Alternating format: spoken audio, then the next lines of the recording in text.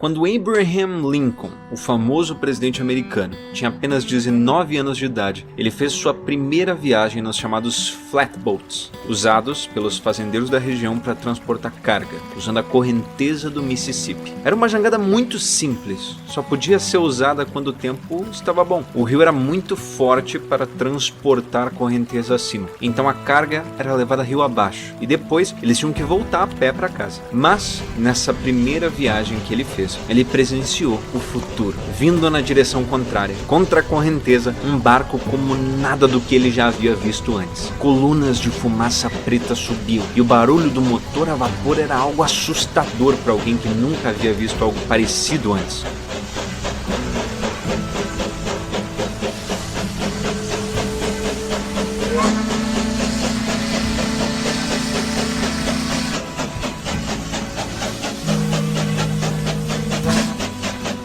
Os barcos ou barcaças a vapor que surgiram nos Estados Unidos no início do século XIX eram inéditos no mundo, e foi em 12 de janeiro de 1812 que, pela primeira vez, um barco a vapor fez um transporte de carga. Até hoje, no mundo moderno, a economia gira graças a navios de carga, mas o início de tudo isso foi bem simples.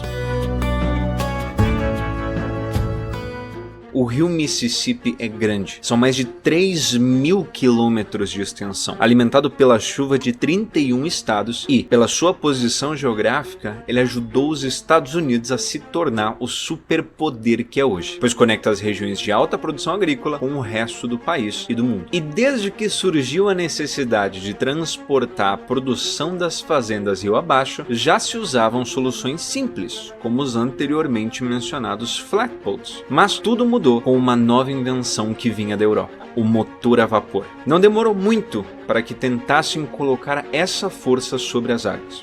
E em 1807, o americano Robert Fulton cria o primeiro barco a vapor. Anos depois, esse mesmo inventor cria a barcaça que seria a primeira a transportar carga na história. Ela saiu de Pittsburgh e foi até a cidade de Nova Orleans. O nome da barcaça era, inclusive, Nova Orleans, pois seria a primeira a fazer aquela rota. Agora, ela não era muito rápida, tinha uma velocidade máxima de 4 km por hora. E após apenas 3 viagens, a caldeira dela explodiu. De fato, um grande problema com essas primeiras barcaças era o perigo de suas caldeiras explodirem. Perto de metade dos primeiros modelos explodiram. Mas, mesmo com o risco de explosão, as pessoas queriam andar nessas barcaças. Afinal, elas eram o futuro. Isso motivou a construção de modelos voltados para o transporte de pessoas. Aqui no Mundo a Vapor nós temos réplicas que exemplificam essas barcaças usadas para o transporte de pessoas. Tiveram seu auge lá em 1840 na beira do rio Mississippi.